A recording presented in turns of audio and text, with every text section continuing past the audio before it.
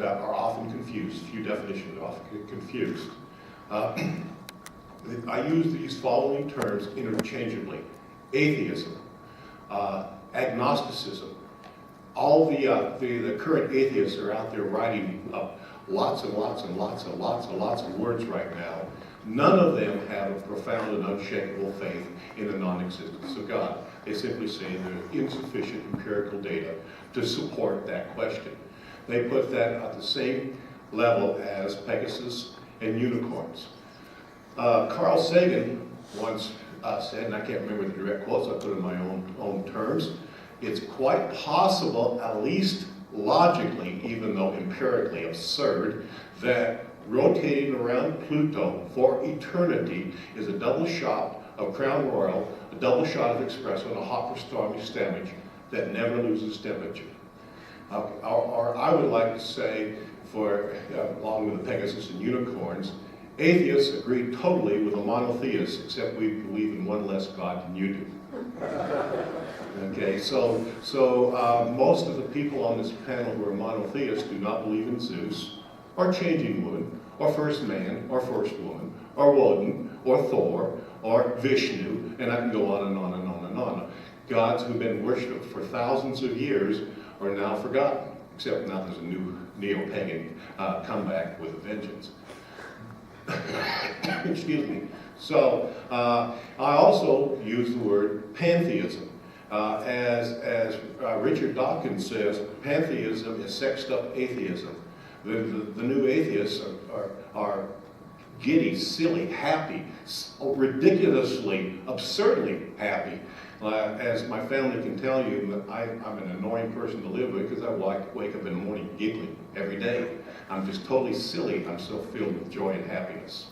Okay? And ichtheism.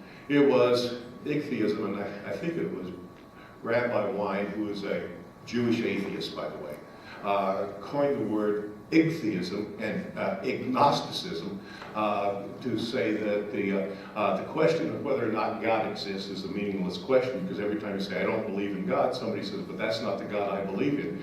And then you don't know what to say to that, so you waste a lot of time arguing. So you just put that to one side. We're not going to talk about that. Okay, what I want to talk about now is a philosopher who existed in ancient Greece called Epicurus. And I'll mention three major influences on my life who openly claim to be Epicurean: Thomas Jefferson, Karl Marx, and Peter Kropotkin. Okay, all three of those openly embraced Epicurean philosophy. Epicurus taught that life is a celebration to be indulged in, not a burden to be endured. Epicurus also taught that death is meaningless because when you're alive, you're not dead, and when you're dead, you're not. He also said death is meaningless because if all sensations cease, then there's nothing to fear. There's no pain, there's no suffering, there's no anguish, there's no loneliness. Death, in fact, is like an old friend. It comes at the end of life. It's pretty comfortable, like going to sleep. There's nothing there to worry about. Meanwhile, death allows us to enjoy each moment of life to its maximum. As Heidegger once said, eternity is in the now, not in the future. So basically then, Epicurean philosophy has the principle is that happiness, pleasure, joy is the greatest virtue. And you can only have this through peace of mind. And the quickest way to peace of mind to Epicurus is to develop a profound and unshakable faith in the lack of faith, because with faith comes a crisis of faith, which leads to discomfort. So if you never have faith to start with, there's nothing there to lose. And I'm going to say, show how uncertain life is. Several years ago, 1995 as a matter of fact, I talked to my mother on the phone. The next day, I get a message that she died of a massive stroke. She was pretty happy when I talked to her. One of my best friends ever recently died. And the day before he died, before he had his massive stroke, he was communicating with me on Facebook. Okay? So basically, life is uncertain. And so if I'm going to embrace life and make life a joy every day, I have to deal with the fact I don't know what's going to happen tomorrow. I really don't. I don't have a clue what's going to happen tomorrow. Okay, so Epicurus basically said we find our joy in others, friendship. Pleasure, joy, happiness has to be a non-exploitive. I cannot get my joy at the expense of others, otherwise it's not joy. If I have wealth, then I have to have a security system, don't I? And that security system gives me anxiety, because I don't know if it's working or not, because somebody might bust in and steal my stuff. But if I don't have any attachment to these items, and I am a materialist, by the way, but not that kind of materialist. I believe matter is awesome. But if I don't have attachment to material objects, somebody steals stuff, you know, life goes on. You know, my wife and I giggle about something else. Okay, so friendship is a cornerstone of my happiness, and I find myself manifest in the other, then I am the other to the other. And so we live in a community of equals. And that's why I went into teaching, by the way, is every single day I want to deal with issues like poverty, which is unacceptable, hunger, which is unacceptable, war, which is unacceptable, because these kinds of things, and many more, diminish your capacity to enjoy life to its maximum. And everybody should enjoy life to its maximum in a democratic society. And so I try to teach people that we should be questioning how we can, if not eliminate them, at least lessen them. So when John Exanthopoulos and I decided to put this together, I thought, yeah, I want to be on the panel because it's important to know that there is a movement out there. It's gaining a great deal of strength of silly, happy atheists. And they're not atheists being depressed, and they're not atheists because they're cynical, and they're not atheists because they take advantage of everybody else and they go around raping fetuses on a routine basis. They're atheists because this is an awesome planet. It's a totally awesome planet. I think about this planet a lot. And there are millions of stars in this galaxy. And probably thousands of those stars have planets that will support life. And there are millions of galaxies, millions of galaxies in this galaxy cluster. And there's millions upon millions of galaxy clusters in this galaxy cluster strings. And there's millions and millions of galaxy cluster strings. God damn, that's awesome. That just gives me just total joy. And I'll say one more thing. I have on my computer a printout of human evolution from tree shrews to human beings. And that keeps changing about every 2 or 3 years, so I have to continue to update it. And the title of that is Grandma. And so the whole idea is that we push back bipedal locomotion earlier than Australopithecine just is a total jack. I was giggling for 3 weeks over that. Thank you.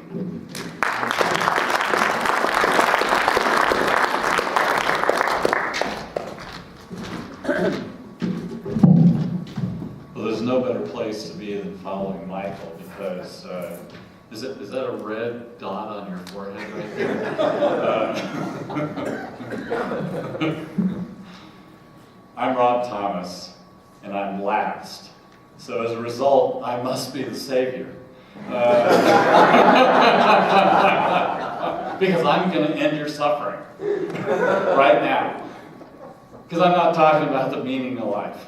Michael asked me to talk about the science method, which has nothing to do necessarily with the meaning of life. But it is confused as such enough in the public, and in the public schools in particular in this country, that I felt the need to have to come up here and explain the scientific method. So, Cody, how did you find this room? I asked someone where it was. All right, you gathered data, and then what did you do? Acted on that data, went upstairs and looked around for the room. All right, so you formulated a hypothesis, and you tested that hypothesis. Now, what if you had walked in here and Eric Wright was teaching calculus? Now, you have a choice. You can either say, no, this is the meaning of life symposium, and I'm staying in here, and I'm going to do this thing. And I don't care if the facts show me overwhelmingly that this is calculus and Eric Wright is in here teaching calculus. My theory is right and I'm staying here. Right? You're not going to do that, are you? No, I Yeah. would have taken that new data and made a new plan. Right, you're going to get new data and you're going to make a new plan. That's the scientific method. The scientific method is not natural science. It's not scary. It's not white lab coats and pocket protectors and Steve Mock standing up there, teaching you about gibberish that makes no sense at 8:15 a.m. The science method is used every day. You could not make it through the day without it. You gather data, you formulate hypotheses, you test the hypotheses, and most importantly, you reject them in the face of data that show that, well, that one wasn't right, gotta go on to the next. This is how we live our lives. And so the science method is a method. It doesn't address meaning. It doesn't address purpose. It's not faith. Faith is belief without the need for proof. I just said that you had to have proof, right? Okay. It's also not the pursuit of truth. That's the great thing about the science method, is that it's not the pursuit of truth, because that word means there's an end. The truth is the end. I have the truth. That person doesn't. Done. Science is not that. Science is about probabilities. There's a probability that this is the outcome. And the more data we have, generally, the better the probability has become that that's the outcome. But we cannot be certain that that is going to be the outcome. And we base our predictions on those probabilities. And so the greatness of the scientific method is that it's never right. It is never the truth. It is only the best understanding that we can come to based on the data that we have. And as time passes, we will gather more data and we will get better understandings and we'll move on. Now, does that mean that that is devoid of meaning to people who operate in this world, and we all do? Because you wouldn't make it through the day without using this method. You can't get through a stoplight without gathering data that red means stop, green means go, and yellow means go like heck. So you're using the science method every day. So does it mean that you can't derive meaning from that information about, say, the natural world? Absolutely not. I derive tremendous meaning from the knowledge that the color of a person's skin or their sexual orientation is a biological process, and that I am not to be bigoted towards it or against it as a result. So I derive incredibly deep meaning out of understanding using this method. It does not diminish the beauty of the sunrise on the pioneers to me to understand the optics that create the red glow. It enhances that beauty to me. So the science method is not faith, but it is not devoid of meaning, and it is not devoid of purpose. And it is not devoid of value in your life. And I urge you to learn more about how things work. Thanks.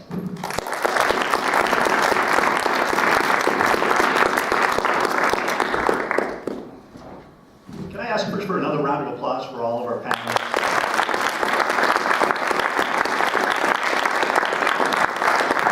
I'm going to backtrack a bit on a promise I made at the outset of the program. I said that we were going to take a break, but we've gone a little bit longer, not necessarily longer than we expected, but long enough that I think maybe we move directly to questions rather than have people leave and come back.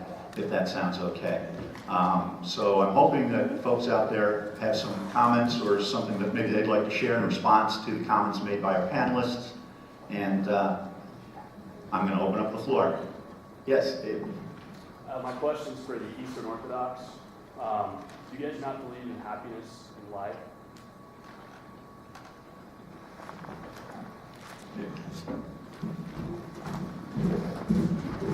Well, that's a quick answer.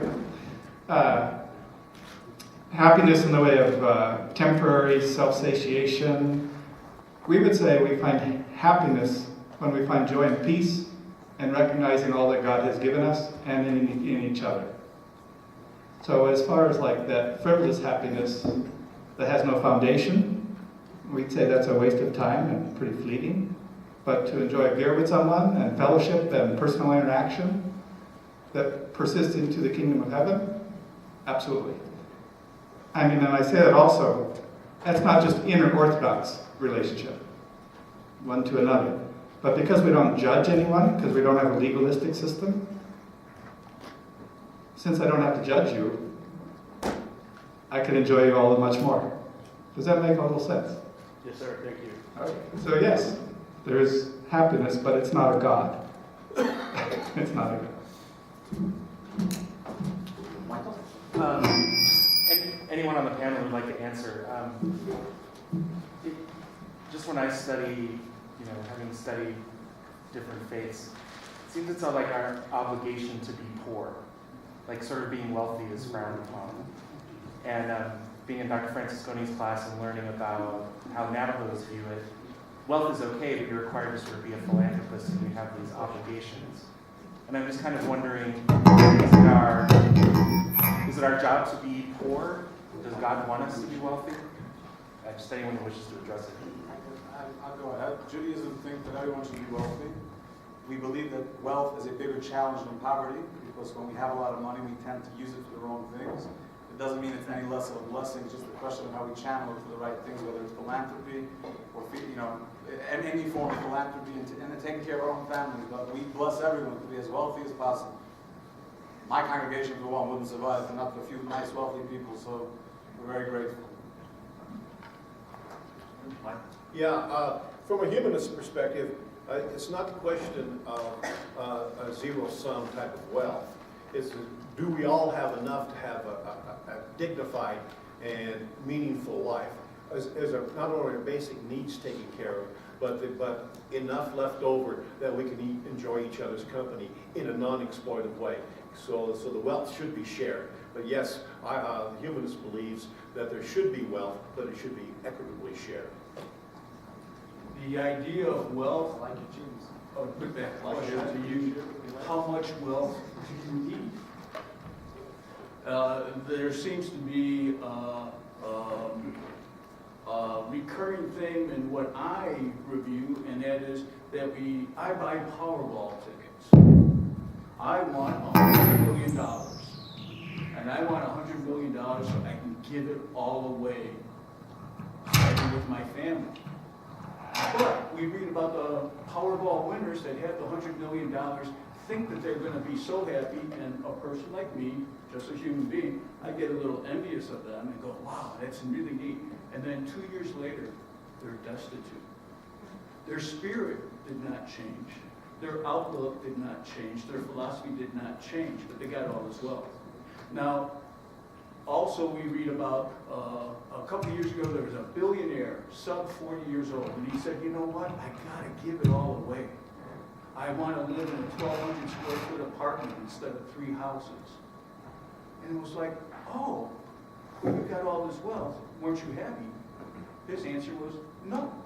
So how much wealth do you need? Is wealth ever satisfied? And you say that's enough wealth? I haven't heard too many people say I'm wealthy enough that aren't that wealthy, the 1% as we talk about. And then is wealth a joy or is it a burden? And is your joy and wealth at the cost of somebody else's? Yes. The data suggests that it's highly improbable that this planet has enough resources to sustain current population of 7 billion people at the level of Warren Buffett. The planet's population is going to hit 12 billion for certain by the end of the century, based on the projections, possibly higher number, probabilities it's higher or high. We live in a terrarium. There's a limited number of resources. So it really boils down to the definition of what is wealth. Because if you want universal wealth, and you base it on, say, the average American citizen, the data already are strongly suggested that that's not sustainable globally at 7 billion, let alone at 12 billion by the end of the century. Both the Buddhists and I think, would agree with Rob. We need to redefine wealth to what is necessary for comfort. Reverend Ed, did you? Yes. Jesus said that you should give to anyone who asks. You should be generous. In the Old Testament, you find the admonition that boils down to, you are blessed so that you can be a blessing. Whether that's with your family, with your wealth, not just with your cash. And that Jesus sums up the issue with wealth is not the quantity of it, it's whether you love your wealth and whether that is your motivating factor, or whether you're going to be loving God with all your heart, mind, soul, and strength, and loving your neighbor as yourself. So it's not a measure of your asceticism. That's not going to answer the question of love.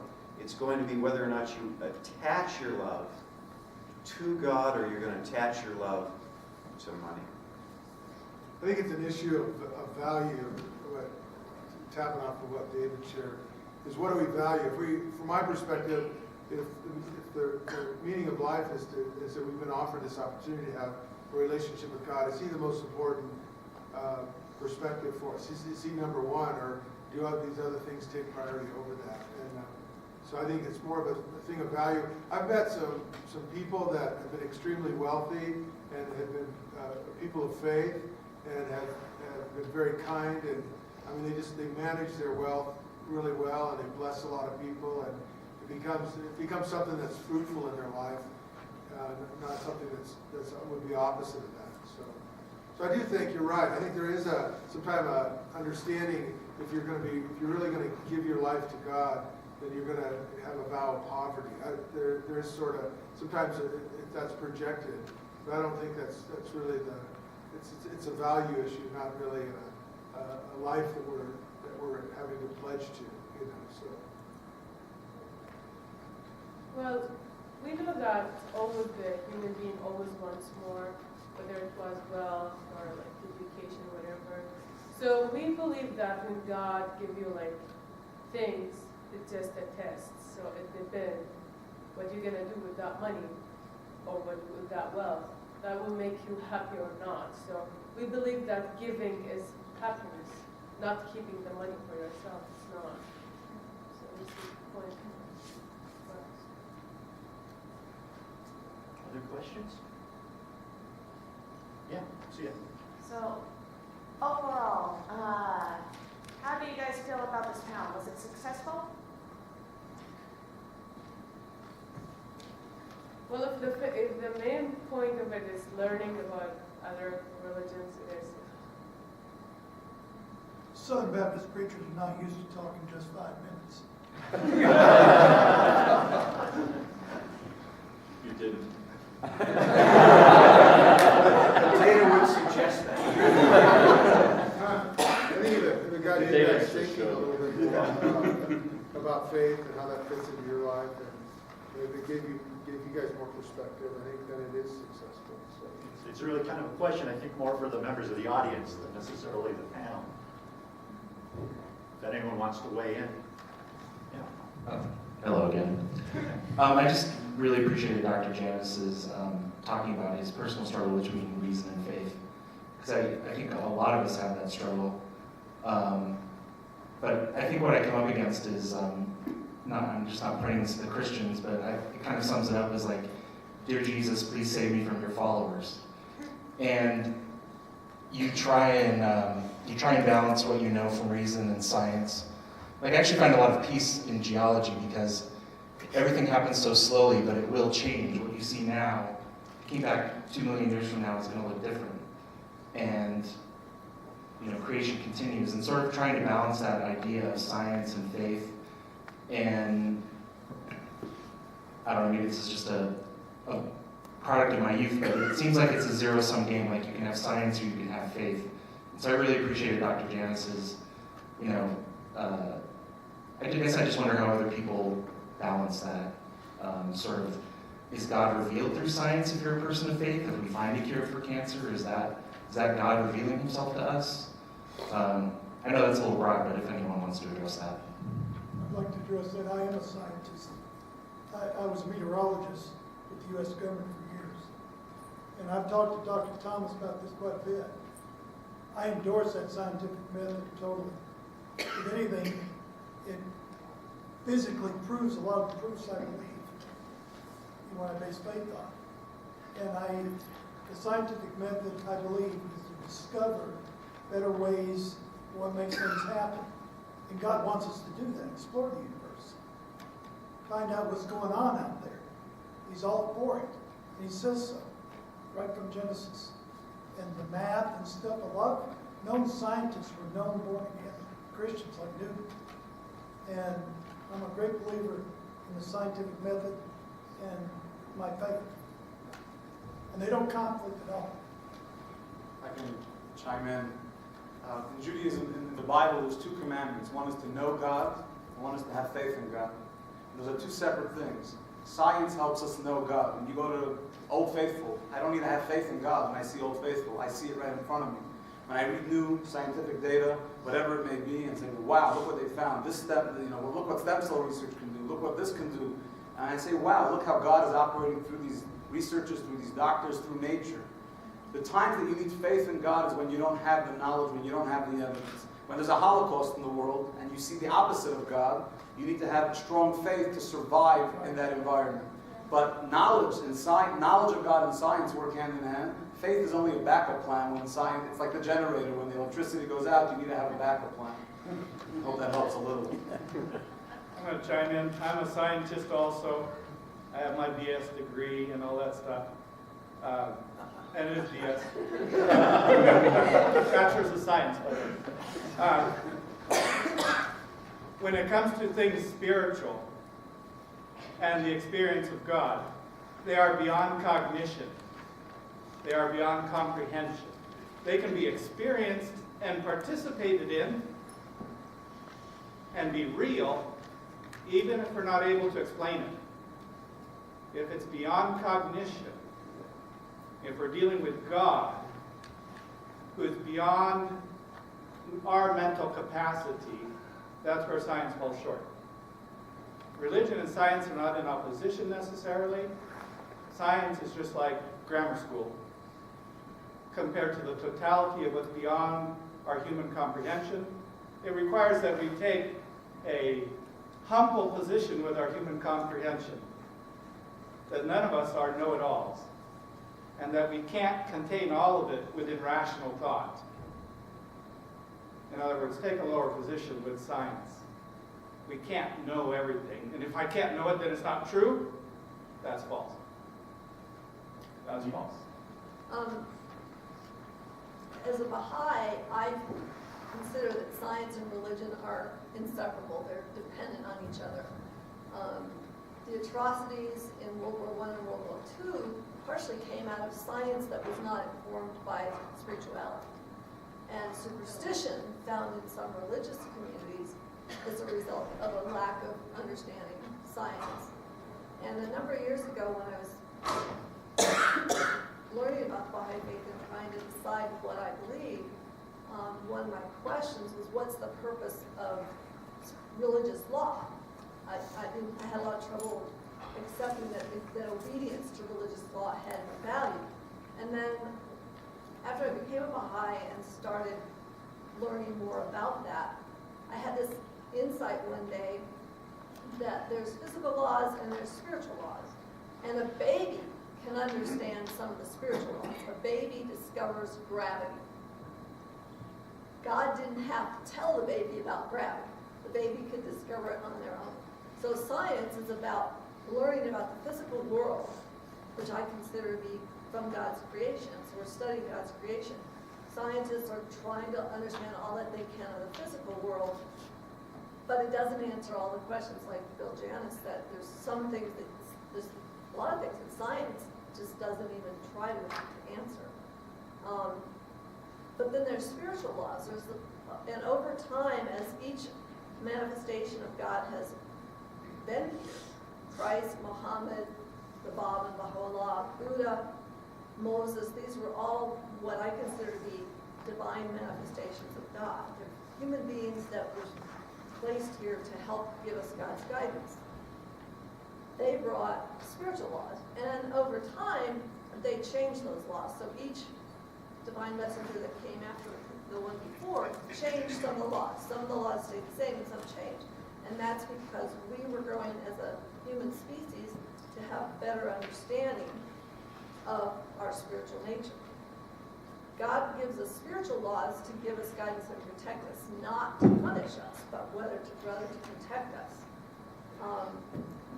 Because there are a number of things that we can't just figure out completely on our own. Gravity is an easy one, but there's spiritual laws about our relationships with other human beings that we just need help with. It's like having parents that guide us as children. They help us understand relationships. Claire, did you?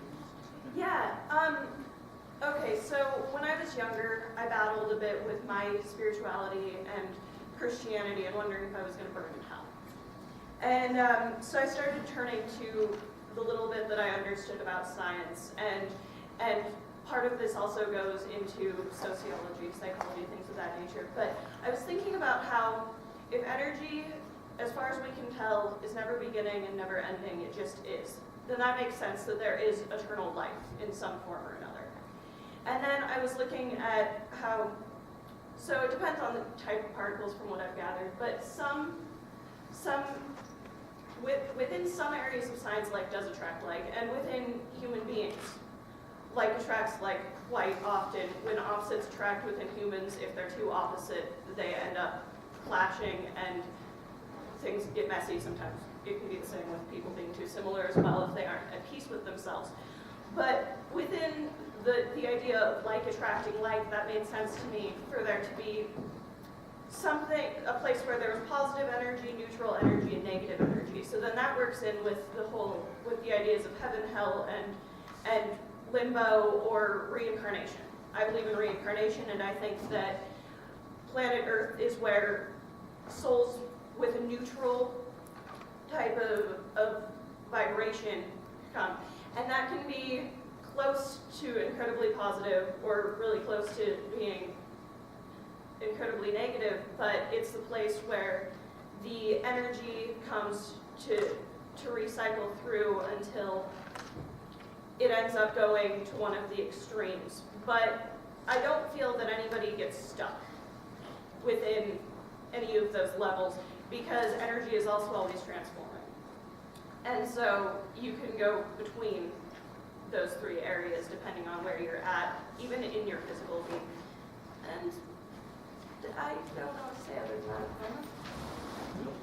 Well, I have to disagree with consensus here. I don't think reason and faith can be harmonized.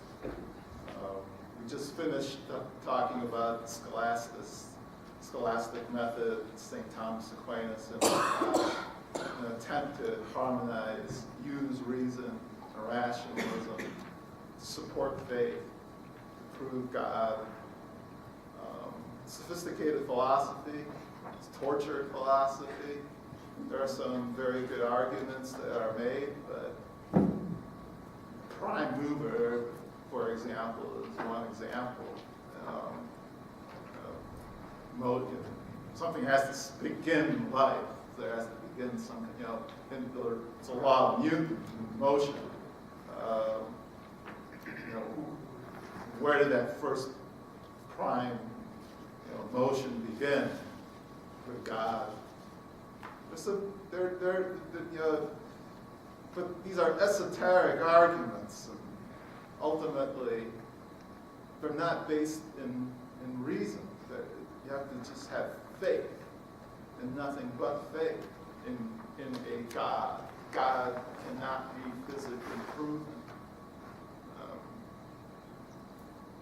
This just can't happen. And it comes back down for me always with morality. You have reason as a pure reason, if you will, to have a moral society, and faith.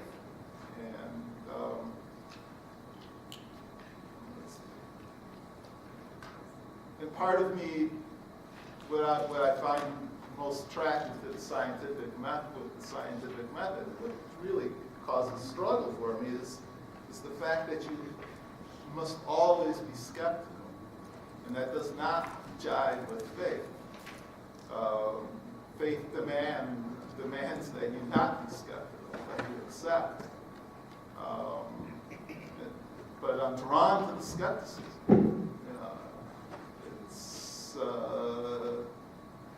That's really where the clash comes. And how can you be skeptical, be rational, and yet accept without question, which is faith? And which of those two roots gives you morality?